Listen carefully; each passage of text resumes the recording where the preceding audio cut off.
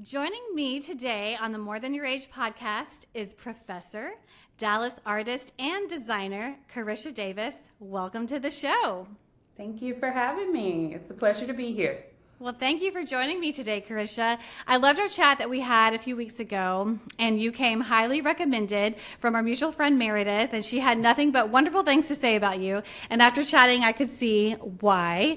So I'm excited to hear more of your story and everything. And you are both a professor and an artist. A dual career, which is great that you get to do both. You started your career out as a teacher. Why did you initially choose the teaching profession as your first career? Sure. So the funny thing is, I went to college and I thought I was going to study criminal justice and pre-law. The goal was to go to law school and become an attorney. In high school, I went to a magnet high school here in Dallas that focused on pre-law. So it was just what I was going to do. And about 2 semesters in undergrad, I was like, yeah, no, this is not what I want to do. I was so bored. I didn't enjoy it. There were retired lawyers that were teaching my classes, and they didn't seem like they enjoyed it. And so I was like, no, I'm good. Thanks. And so I went undeclared. I didn't have a major. But I knew that I loved sports. So sports and coaching was actually the driving force of what I wanted to do. I was like, well, if I can coach, then I probably got to teach something too. So I went the coaching route, and then, when you coach, you have to teach something. And so art wasn't an option when I was in undergrad. So you had to pick a core subject. And so English had been something that I'd always loved. Something that I was really good at. And I was like, you know what? Those are the classes I'm actually enjoying the most here in undergrad, were the literature and English courses. So I became an English major with a kinesiology minor. And so that allowed me to be able to coach, which is what I wanted to do the most, and then teach. And then I fell in love with both eventually. And so I wouldn't have done anything different, honestly. I absolutely love teaching and coaching for the time that I did it. I love in the story too that you you went initially for pre-law, for law, and you're listening to these stories of these retired lawyers, and you're like, they just seem miserable, and it doesn't seem exciting for me. And I also like the fact that that money wasn't a motivating factor, because that's obviously law is where a lot of money comes into play. Mm-hmm. And then people who know the education world, it's, what you're getting into. And so just the fact that that wasn't a factor into what you were doing, I think that that's really neat. When you were coaching, what did you coach? Basketball and soccer. And then one semester they had me do volleyball. And so I don't enjoy volleyball, didn't know anything about volleyball. And so that was priceless. It was the longest semester of my life. And then when basketball season started, it was just they were like, yeah, we're going to let her stick with what brings her the most joy. And so basketball and soccer were my main sports. And I played soccer as a kid. And so basketball, I learned basketball from my dad, my uncle, and I fell in love with that very early on. And I still love it today. So yeah. Did you play basketball also in high school and college, or was it for fun? I did not. I was a soccer player. Yes. Wow. A soccer player, but diehard basketball Dallas Mavericks fan as a kid. And so, I said, I fell in love with the game. I'll never forget the first time I saw it on TV, and I ran over the couch, and my uncle was watching it, and I was like, what is that? And he sat me down and he explained it. And so it was that. And then of course, my dad loved that. Oh my gosh, she's into it. And so it was just one of those things where it was I knew from that day forward, it was basketball, and that was it. Wow. So I know you taught English for 9 years, and then eventually you transitioned to teaching art. Were you coaching that entire time of teaching English and art, or did that stop at some point? That's a great question. So I coached for a little while and then finally had to choose. Coaching took a lot of time. So I spent so many hours on that bus because you're traveling all the time. And a couple years into it, while I loved it, I was like, this is taken away from creative time. It's taken away from time with family, friends. And so I had to make the decision. And I was like, you know what? I like this, but it's taken a lot out of me. So I laid that down after several years and then kept teaching just English. And then my last 6 years is when I started teaching art. And that, I call it like the honeymoon period of my teaching career. It's like when you're born to do something and you're doing it, it never felt like going to work. And I absolutely loved it. And so those last 6 years, they trumped teaching and coaching for me, because it was going to work in your paint smock every day, working with kids and, helping them fall in love with art. And so that's where my teaching career ended, was teaching visual arts. Wow. So, English and art are, in a way, you could argue, polar opposites. Yeah. So when, because you made the transition from law to study English, where did art play in? And was that something you had grown up doing, or how did that get initiated for you? Yeah, so I'd always been a creative. I was that little kid that would leave soccer practice and leave school and come home and do arts and crafts. Like, that was my thing. Anytime I got an allowance, I would go, like, have my parents take me up the street to the craft store. Like, I was getting something, paint supplies, or just like, I loved latch hook, which was like this little sewing thing, and just always trying something different. And so my allowance was gone before I even got it, honestly, on art supplies. And so I'd been creating my entire life. I started getting into like decorating and design around middle school, high school. Like, I would redecorate and design things in my room all the time. My mom would just she just went with it. And I would be like, I think I need this and I need to do that. And so my room always looked different. My grandmother was really into design and interior decorating as well. And so summers with her, I would learn so much, about design and decorating. And she was like really into crafting and stuff like that as well. So it's something that I've done my whole life, and I've been a creative. And I think I look back now and I'm like, now makes so much sense to me, because I've been doing it for so long. I finally feel like I'm doing what I'm supposed to be doing. Because you did have this love for crafts and art and design at a really young age, I mean, your whole childhood pretty much. Yeah. Why not pursue art professionally early on? Or was that even something that you had considered at that time? Ooh, that's good. So I blamed it on the fact that when you coached, art was not an option to teach. And so that was my excuse. But the roots of it, really, it was insecurity in my artwork. I was like, there's no way that, like, I'm going to be an art major and put my artwork out there. And anyways, I can't coach and teach art, so it doesn't even matter. So that stopped me from pursuing it in undergrad. And honestly, it was really the insecurity, just not being confident enough in my artwork, which is such a lie, like, it's such a lie from the enemy. And so I believe that lie. And so I studied English, kinesiology, but looking back, I wish I would have studied art. My art history classes was one of the classes that I enjoyed the most. And then I took like intro to art, the basic stuff, and I absolutely loved them. And so that really affected me as an artist for a long time, because I felt like I didn't have this formal education. So who wanted to buy a piece of art from somebody that didn't have the formal education behind it? Which was another lie, I believe, because in my years of creating art, nobody's ever asked me to see what's on my degree. You know what I mean? So going back, I wish I probably would have just went to art school and pursued that. But at the same time, like, I was born to be a teacher for a little bit. So I don't regret that either. Yeah. Now, when you did decide to transition from teaching English to art, because you're coaching, and you kind of walked us through why you decided to stop coaching for a while and then just strictly teach English. How did it come to be where you were like, no, I need to go ahead and teach art now because I loved it and I've always loved it? When did that moment happen for you? So one of my good friends, when I was teaching English, she was a former art teacher turned English teacher.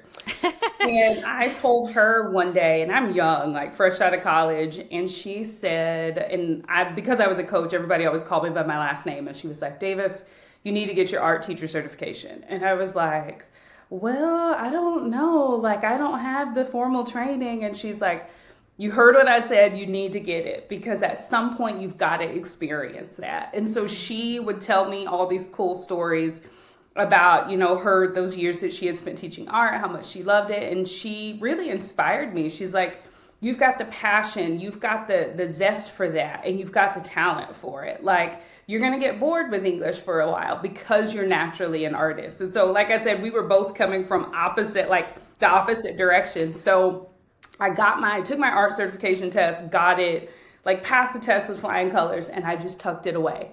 And I was like, at some point, I know when it's going to be time to pull it off of the shelf and use it.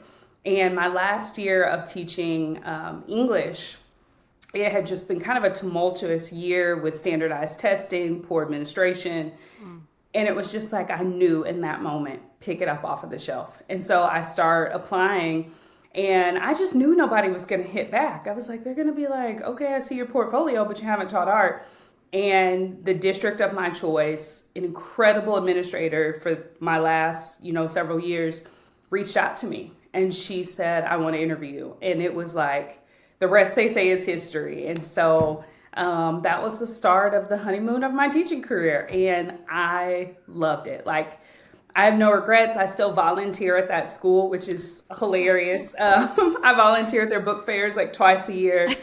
And some of the kids that I taught, like they are, because it was elementary. And so they're moved into middle school. They've got siblings that were there. And so when I'm there for book fair and things, I get to see them.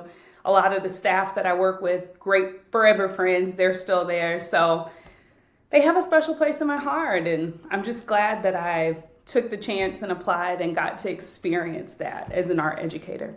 Yeah, that's special. I think that's a really neat attribute too, that the fact that you decided to go back and volunteer with a place that you loved for so long, and you're, kind of giving back as well to your former community. So I think that's really neat. Well, so, you were able to combine your love of teaching and art together for, like you said, English for 9 years and then 6 years for art. And so a total of about 15 years. But there was still something missing, and you didn't want to do that forever. And it was scary, but you did study education. And so what were you wanting to do instead? Yeah, it was, you kind of feel pigeonholed in a way. Even though I'm a college professor, I even tell my students, you've got to really know what you want to do, because just because you get a degree in this thing doesn't mean you're going to do it forever. And so I was one of those teachers where I knew I wasn't going to do that forever.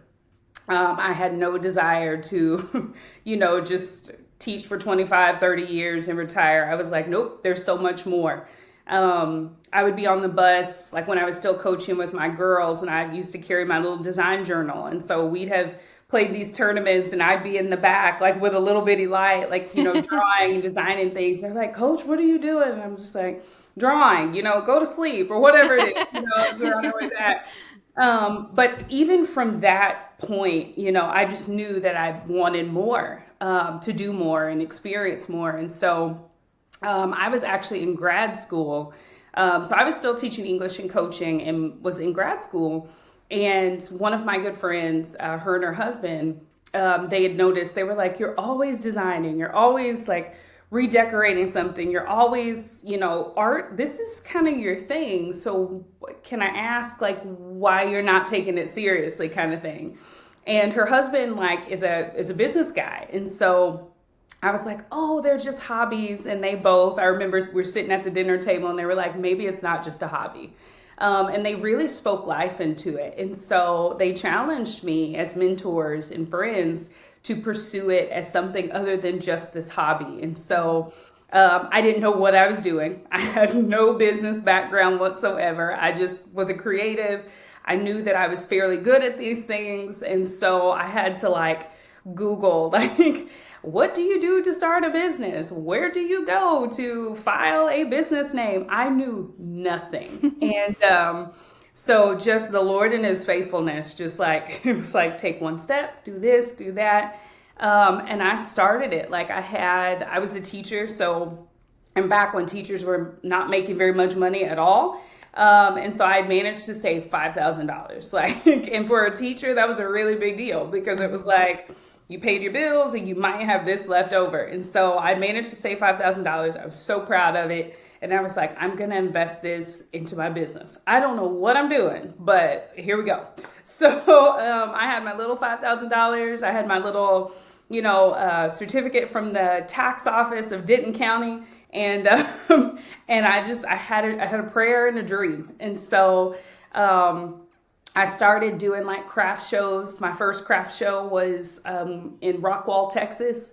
And I coached a basketball tournament the night before and overslept and almost didn't make it to the show. And so my best friend like showed up with the U-Haul and I am still half asleep. She's like beating on my apartment door. She's like, you overslept. Oh my gosh. And I'm in tears. I'm like, oh my God, I'm going to miss this. But we managed to make it all the way from Carrollton, Texas to Rockwall, Texas. And I did my first show. And that was kind of like what basically set it all, into motion for me. And so after that, it was just different art shows, craft shows. I got discovered at that show after the basketball tournament.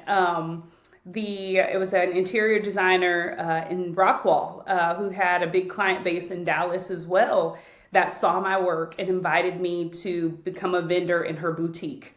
Whoa. And so it was like, all of that, and I'm panicking and freaking out.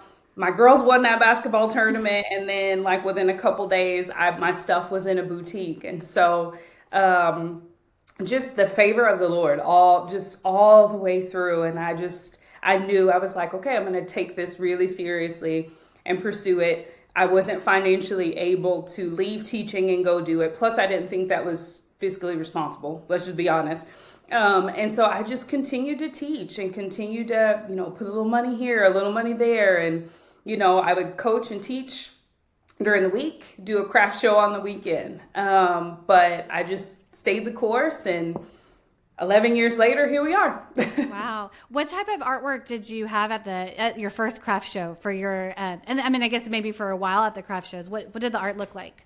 Oh, I'm so glad you asked that. So believe it or not, I didn't bring out my art until 2017. And so I was a home decor designer. So lighting, linens, like home decor accessories, that was what I was taking to shows because that interior design love and passion for me, that's what I created. And so what went into the boutique were home decor items. And so my paintings, I would paint at home all the time. And I had a coat closet in the front of my little 1-bedroom apartment, and I would store my art there because I was like, well, I'm not ready for that, because I kind of liked hiding behind my brand name at the time. And I was like, no, because if you put art out there, people are going to want to know who the art is. And what if they don't like it? And then that was a whole I don't want my ego struck down at this point. So let me just do the home decor and hide behind my brand. And so that's what I did for the first, several years of starting my business. And then in 2017 is when I finally got the courage to enter it into a local art show. And the reception was, beyond anything I ever dreamed of. And that was the point that it took off, where I was like, you know what, you've put it out there. Now you got to run with it. And so here we are today. Wow. Okay. It's obviously you've been very successful, but it's just telling the fact that your very first show, someone saw you and said, oh, I want your work in my boutique. And it was this home decor. So what were some of the home decor items that you had that then eventually went to this boutique? So I was the lighting queen. And it started because I was looking for a lampshade for my apartment. And I'd been to all these different stores and I was like, I don't like any of those. None of these are cute. but I bet I can make one. And that's how it started. So I would make lampshades. And that I, made one for myself, my apartment. My little small group from church would come over, different friends would come over, and they were like, did you, like, you made that? Like, why aren't you making and selling these? And so I started making them with the fabric, the whole nine. And so I would make them. And so it was linens. I've always loved linens, pillows. I believe pillows are a staple, like in interior design and decorating. So I was designing pillowcases, and then just different trinkets and home decor accessories that I would create. And so it was those three things that were in that boutique and that were really the face of my business at the inception.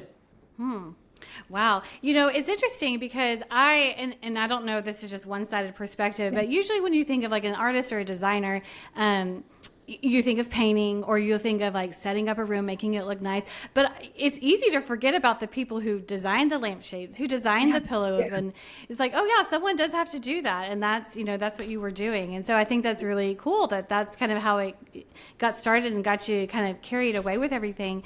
I also think it's really neat that you had those two friends that, the husband was a business, entrepreneur guy. Mm-hmm. So kind of, they both encouraged you and spoke this light into you of like, hey, you've got a gift, let's do this. And you were trying to figure out this whole business world, because it is scary, especially when your background is teaching. And so like shifting from teaching to entrepreneurship really involves a risk-taking mindset.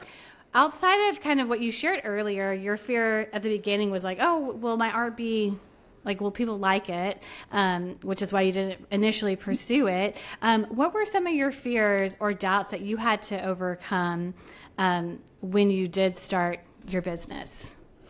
For sure. It was definitely financial. As a teacher, you're making enough to survive. And hats off to all the teachers forever. And so you've got to think what they're making now. We were making a fraction of that. And so it was, how do I build this business with these little resources, right? Mm-hmm. And so that's why the $5,000 was such a big deal. And so it was, you were saving what you could toward your business. You knew you believed in it, but you still had bills to pay. And so I didn't have, the spouse that could invest ridiculous amounts of money into this dream. It was pull yourself up by your bootstraps, and we're going to start, grassroots. It's like, here you go. And so I think for me, I have such a heart for young women in business, and especially like educators that are wanting to transition out of the classroom, start businesses, because I know what that's like. And so it was really, just trying your best, putting a little bit of money here, putting a little bit there, and never giving up, even though, you're looking at the bank account and you're like, I don't know if this is enough. Like, you're hearing that it costs this much to go to this show, even to participate in shows. It's expensive. And so for me to participate in a show was a huge financial, what's the word I'm looking for? A huge financial sacrifice at times. But it's like, I believed in this so much that I was like, you know what? It's $300 to participate. You might be eating rice and beans for another week or so, but I believed in it. And so it's that go-getter attitude in me. And I'm so glad that, I'm like, one of my best friends, we talked recently. I had a Good Morning Texas interview recently. And so she called after that and we talked, and she said, do you remember when you would have your money so invested in your business that we might have enough, because we were both not long out of college, and she worked in finance and banking. And she said, we would just have enough to go to this little Mexican restaurant and get a taco salad. And I was like, yeah, I remember sometimes we couldn't even get a drink that night. It would just be, you're going to get your taco salad. But we believed in it. She believed in it too. And so I'm just glad that I made those sacrifices and just stayed the course. Mm-hmm. Well, you mentioned having an opportunity to be interviewed on Good Morning Texas, which is a huge win. So congratulations for that too. How was that experience for you? Oh my gosh, it was so cool and so terrifying. They had kind of given me a brief overview of the questions, and so I'd rehearse like the night before, like rehearse in my house, like reading the questions. What would I say? But you're live on air, so there's no redo, and I was like, oh my gosh. So I'm like sweating, and then I'm kind of a diva. I love fashion. I love things like that. And I was like, maybe I picked the wrong outfit. Like, is this, is this really what I want on camera? Which I regretted like 10 minutes after getting there. You can't do anything after you're there for 10 minutes. So it was one of the coolest experiences, and I'm so grateful, and just got to meet, people that are here on TV in Dallas every day that I've watched for years. So it was a neat experience, and just a blessing to be able to talk about my story and brand to my city. So like I said, congratulations. I mean, Thank this is you. a huge accomplishment Thank you. just for you and your business. Something you said a little bit ago too that I love, that you said when you were talking about like just the fears of finances, you said that you believed in this so much, which is huge. I think it's huge for anyone who's listening, if they have a passion or business or something that they're doing, to hear, like, if you believe in it so much, keep pursuing it and chasing after it. You don't know what the end result's going to be, but still chase after it and pursue that. And you shared too that you started off with the business with $5,000 and eating a taco here and there, not getting to have a drink, but doing that. No drink that night. Could you share some additional key strategies or decisions that you did have to make early on that helped your art business not only survive but thrive over the past 11 years? Yeah, it was, really canceling out the noise. I would hear people say, oh, I started a business, but it failed. And so, good luck with that. And then I worked for a gentleman at one point, and I remember he told me, it was random because it was like one day I was in the office like making copies or something, and he said, just kind of randomly, out of so many businesses that get started, only this little percent survive. And I was like, and for me, I'm a go-getter. So if you tell me I can't, then I'm going to work twice as hard to make it happen. And so I was like, oh, is that right? Okay. So it was those things that I'd heard about businesses failing, and, just even people being critical. Oh, is it doing well? You're having to travel and do a lot of these shows. Is that going to be something you'll be able to maintain long term? But the go-getter in me was like, I believe in this. And I had, one of the things about this business is I've prayed over it since its inception. And so I've been willing to, if it wasn't in the Lord's will and the Lord's like, shut it down, girl, then it was going to get shut down.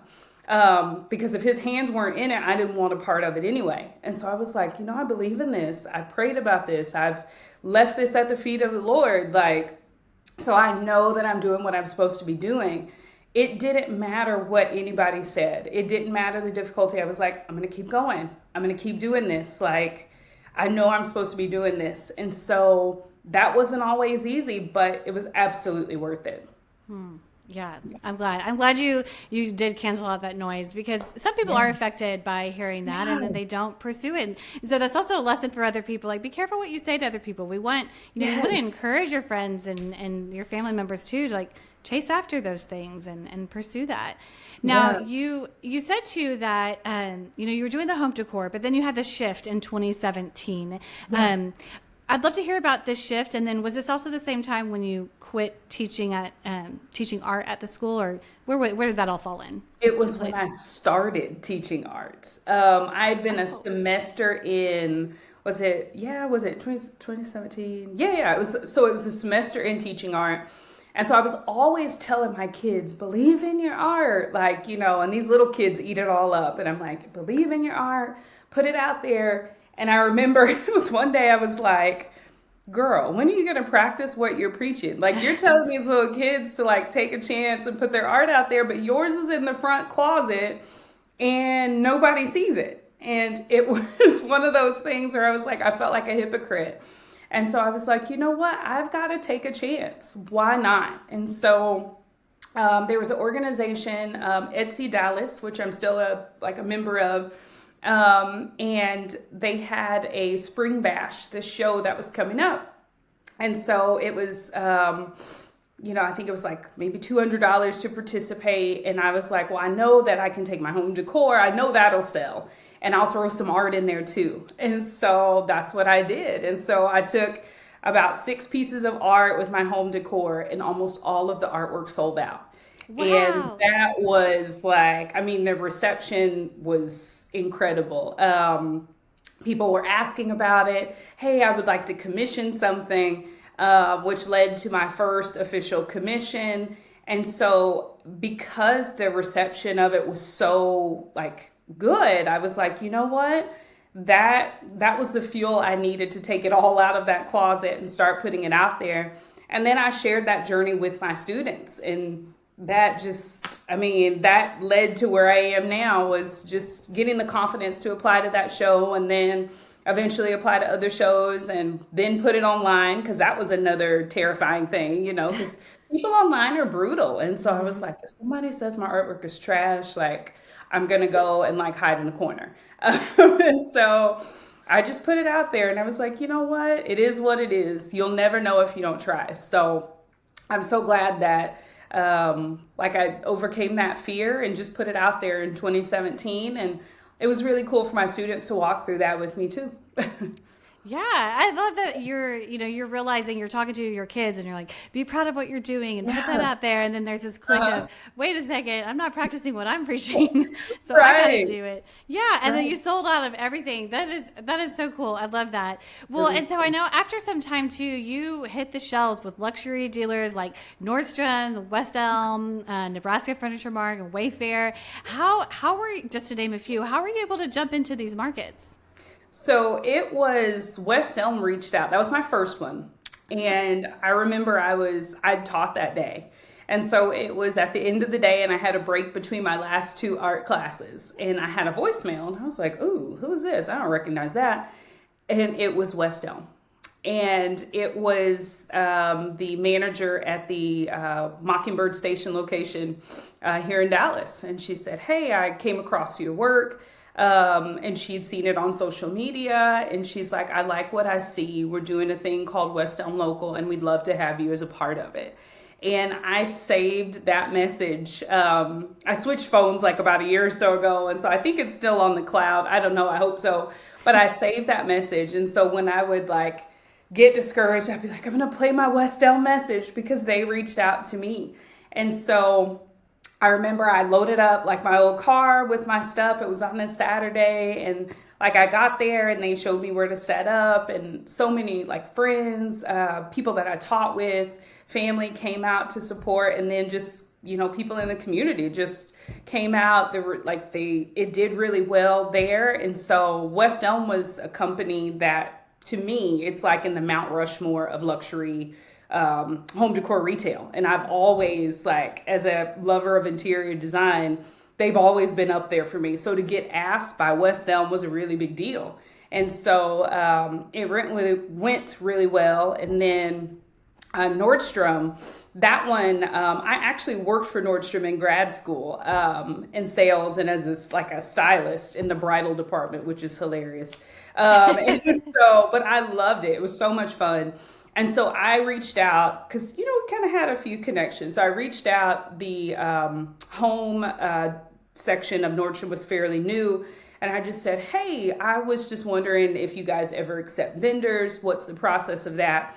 And little did I know that buyer went to my website and went to my social media and looked at my things. And of all the things she picked, she said, I want your artwork in our store. And so that was one of the coolest, because I just thought she was going to reply back and say, follow steps A, B, C, D, and E, and then, we'll get back to you. But she was like, actually, I want your artwork. And so a company that I so respected, loved working for, I was now a vendor for. And so that was really cool. And then Wayfair reached out to me, and I thought they were like, I thought it was spam. And so I was like, is this really Wayfair? Whatever. And Yeah. they replied, they're like, yes, it is. We can hop on a call and confirm. So it's just been a lot of open doors, and just, I look back at the West Elm, and I think that's the one that still moves me the most, because I was just starting, and really getting comfortable or trying to find my groove. And they reached out to me, and that gave me confidence like no other. If these luxury retailers are reaching out, you're doing something right. Absolutely. Yeah. I mean, yes, just the fact that they were reaching out to you. And then Yeah. when you had contacted Nordstrom too, and they were like, oh, I was actually already looking at what you were doing, and I want your art specifically. I mean, what it is, I think that's just a huge accomplishment, and a testament to like your creativity and your ability to provide quality work. So I think that is great for you.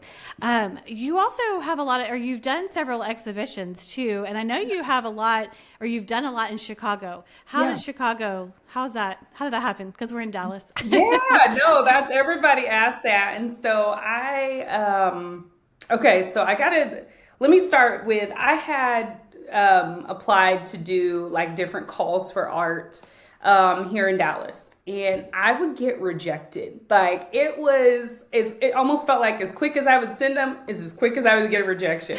And so I was like, what is wrong with my work? Like, nobody wants it. And so a friend of mine in the art world started to encourage me to apply outside of Texas. She's like, it doesn't have to be in Texas. Like, there are calls for art outside of it. And so I was like, okay, well, let me just start looking up kind of, I guess, instead of location, look at kind of genre of art. What are they looking for? Contemporary, abstract, things like that. So I applied to an art call for arts, a group exhibition in Chicago.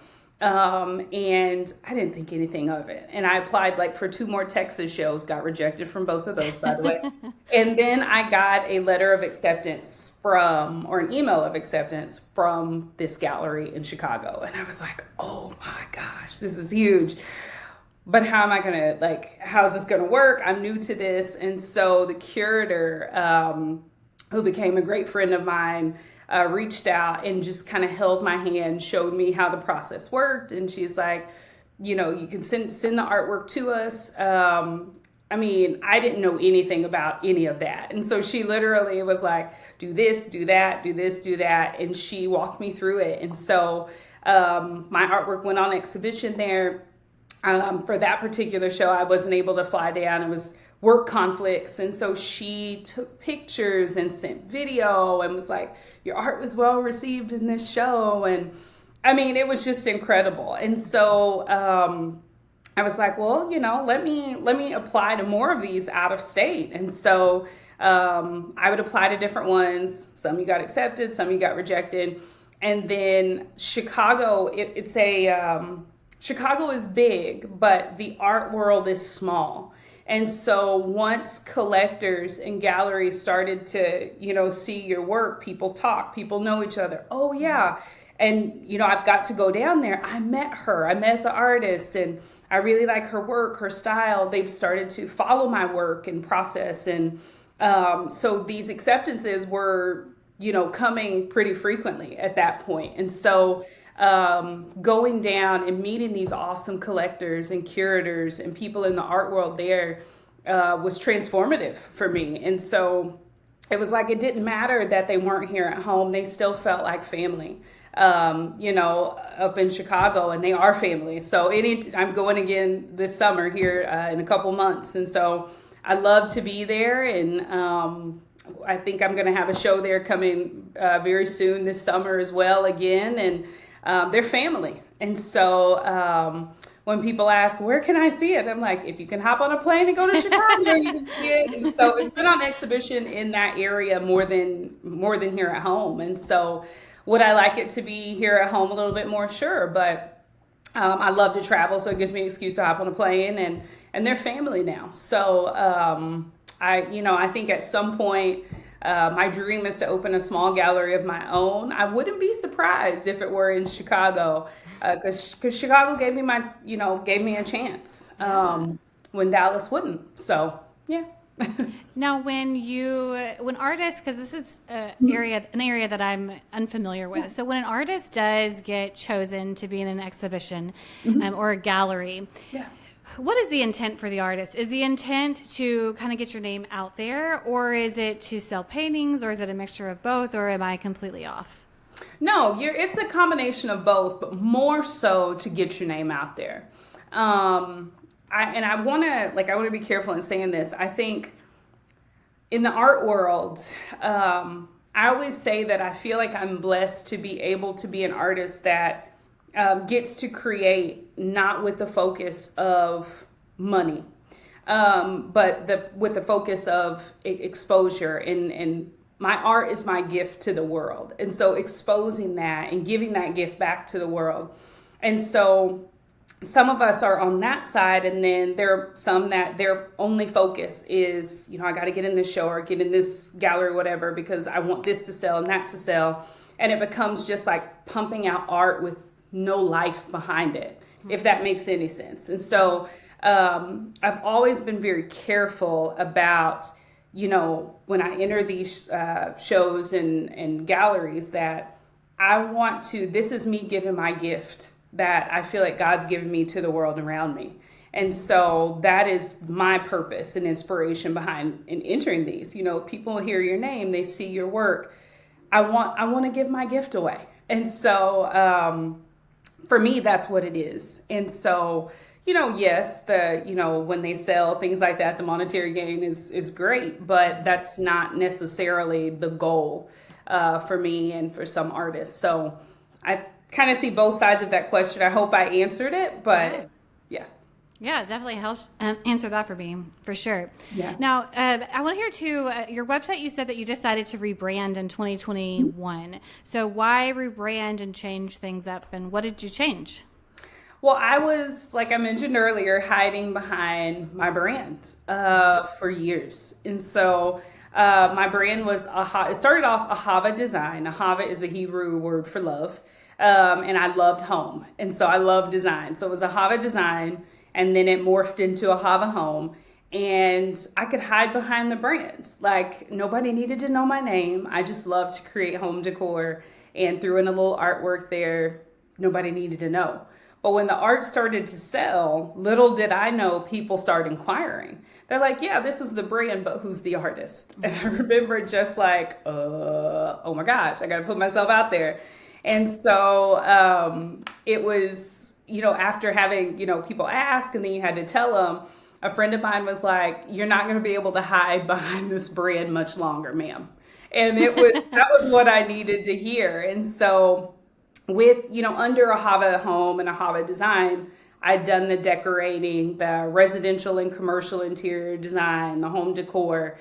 But I was ready to not do all the things. I was ready to focus on what my passion was, and that was art and creating and doing, gallery exhibitions. That was something that I knew that I wanted to do. And so I was tired of doing all the things. I would teach a full day, and then, you were driving across town to help with a commercial interior design project. You're not getting home till 10 or 11 o'clock at night. I was like, I'm done. I want to just focus on creating. And so I decided to rebrand. Kendra Scott, the jeweler, is one of my favorite entrepreneurs and women in business that I look up to. And she always talks about doing the thing that you do well, focus on the thing that you do really, really well, and continue doing that. And her story, she kind of started off like me, doing all the things. And then she realized that the jewelry at her little boutique was the thing that was selling the most, that was doing the best. And so she decided to focus on it. And we see, where that has taken her. Yeah. And so for me, it was, the art is doing well. You enjoy it. This is what you've always wanted to do that you didn't have the courage to do for so long. it's time to take it seriously. And so the rebrand was kind of the emergence of that. And I had to finally put my name in the front of it. And so it was like, oh my gosh, people are going to know, like, you can't hide from it.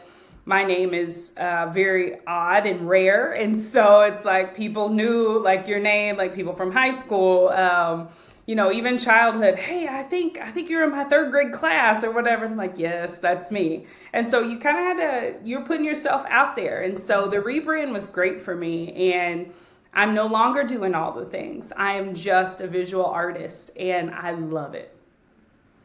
Yeah, and you're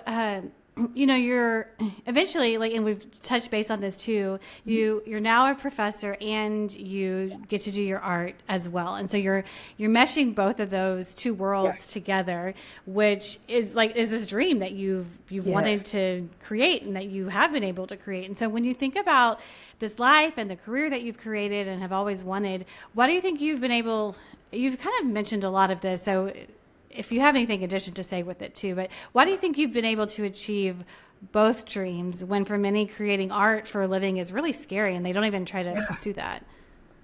It was a professor in grad school that she would come in. I went to grad school at the first time at SMU, and she would come in, and she was younger, and she would have her little purse on her shoulder and her coffee in her hand. And she would walk in, like, right as class would start, sit her little purse down, and she was a little bitty thing, but her classes were the classes that I enjoyed the most. And she was so passionate about what she taught. And when she would be done, she would get her little purse or her little coffee and tell us to have a good day. And she'd usually walk out before we did. But there was no doubt she loved what she did. And I remember her name was Dr. Bartoszewski, and she left out one day, and I was like, I want to do that. Like, I want to do that. I love teaching. I know I don't want to do K-12 for the rest of my life. I want to do that. And so I started on the journey in preparation to do that. And so I was like, I love inspiring young adults, but there was no doubt she loved what she taught. And I love what I teach as an English professor. And so people ask me all the time, why English and not art? I love literature, I love writing, and I love inspiring students. And so that's seeing her, I was like, this is possible. I can do it. And so I worked on it, graduated, from SMU, and then I finished my last degree in 2021 at A&M Commerce, and I had the most amazing professors there, and I was like, I got this. I'm going to do this. And so I can honestly say I love my job. And it doesn't feel like work. And I am just like her. Like, my students like kind of giggle because I come in and I'm like, hey guys, how's it going? They're like, and one of, I guess, the greatest compliments that they give me is, you truly love what you teach. Like, there's no doubt that you're doing what you do from a place of passion for it. And so I'm on campus 2 days a week. And then a couple days a week, I work from home for a little bit, hopping on Zooms with my students, inspiring, encouraging, teaching them. And then I get to go to my art studio. And it is such a blessing. Like, it's a blessing from the Lord to be able to do the two things that I love so much. But it also allows me to keep the passion of creating my art pure and not for monetary gain, if that makes any sense. Because I get to create, it's therapeutic for me. It's, I can spend 2 or 3 months on a painting versus if it were, just my sole, income, that takes away from the creative process. Like, I gotta, get this painting done because this has got to sell. But I'm blessed to say that's not my story. And so it's, it could be 2, 3 months, 6 months for a painting, telling a story of some sort, and then I get to put that out into the world. And then I go into class 2 days a week with my coffee and my purse, And so I truly love my job, and I love my students. They keep me, feeling young, and they teach me a lot. Like, I don't just go in and teach them. They teach me a lot as well. And so I'm grateful for them and grateful that I get to do it. Yeah, and it's really cool too, just in your story, that you started teaching English Yeah. and weren't doing the art Hmm. because you didn't have the confidence at the time. And Yeah. then you start teaching art at the same time you're doing your own art. And then now you're going back to teaching Yes. English, but you're a professor and you're still doing art. And it's just a cool transition, and just Yes. how every Yes. It's and you like, got your little purse. yes. I wish, I always say, I wish I could run into Dr. Bartoszewski. I think she's still at SMU, but if I could just sit down and tell her, you inspired me. Like, I feel like I'm at Bartoszewski 2.0 some days. And some days, you go in and you don't have notes. Like, you know what you're going to teach that day. And Yeah. you go in, you have a good time, and you leave. And you come back and do it a couple days later. And I'm just grateful for that. Yeah, that's Yeah. really neat. You shared with me, so this is kind of a switch up in discussion, but you shared with me that you're approaching 40, Yes. and this whole podcast is about age Hmm. and being more, and not being limited to your Yes. age or even a season in life. And since you've gone through big transitions in your career, what are you specifically looking forward to just in this next season? Yeah, I've got 4 months of 39 left. Not that I'm counting. Um, and so I cannot believe it. Like, it doesn't feel like, I don't feel like I'm about to turn 40. I feel like we're as old as as we choose to be. And so, I think for me, I'm just excited to see where this business goes, at 40, where it goes from here. I've been doing this 11 years, and so I'm excited to do it 11, 20, whatever more. And then I think for me, just approaching 40, I guess, looking at things, I think the biggest thing is just being free from like the caring what, the critics have to say. And I'm at a point in my life where I'm like, I just don't care anymore. Like, I've overcome a lot. I've built this thing from scratch by God's grace, not by any strength of my own. And I'm like, at this point and approaching for it, I don't care what other people think. Like, if I want to try it, I'm going to try it. If there's another dream or something else, I'm going to pursue it, because these things I've pursued. Being a professor, that was hard work.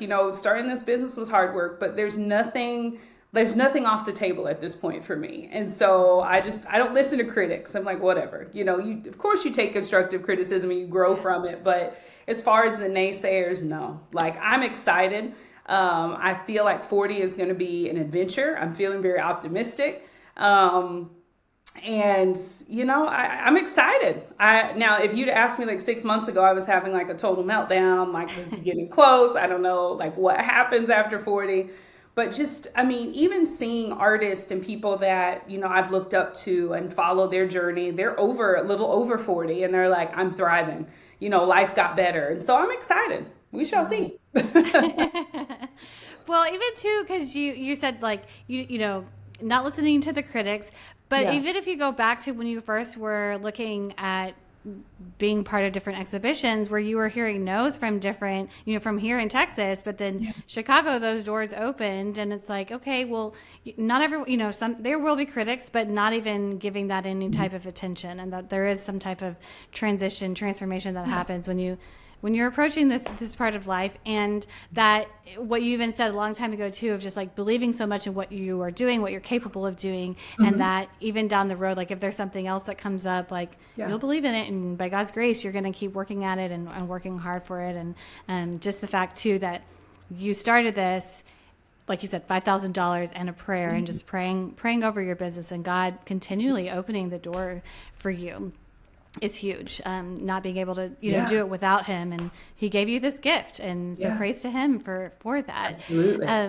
Well, Carisha, my last question I want to ask you, which is the question that I ask everybody when they are a guest on this show, is if you could encourage one woman who does feel blocked or is limited to pursue a goal or a dream based on her age or life circumstance, what would you tell her? I would tell her she's worthy now.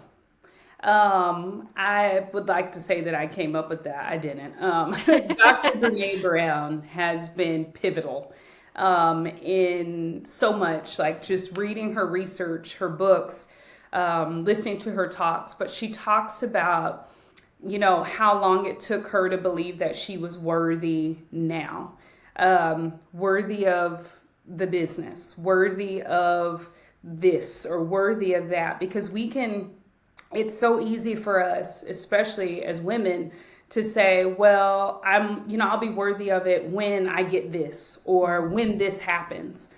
And she always says, you're worthy now, like to start your business, to, meet and marry the man or woman of your dreams, to, have the family, this, whatever it may be, you're worthy now. You don't have to have all the things in order to be worthy of it. And so I would encourage a woman that is like trying to, they have this dream of starting a business or they have this dream of something.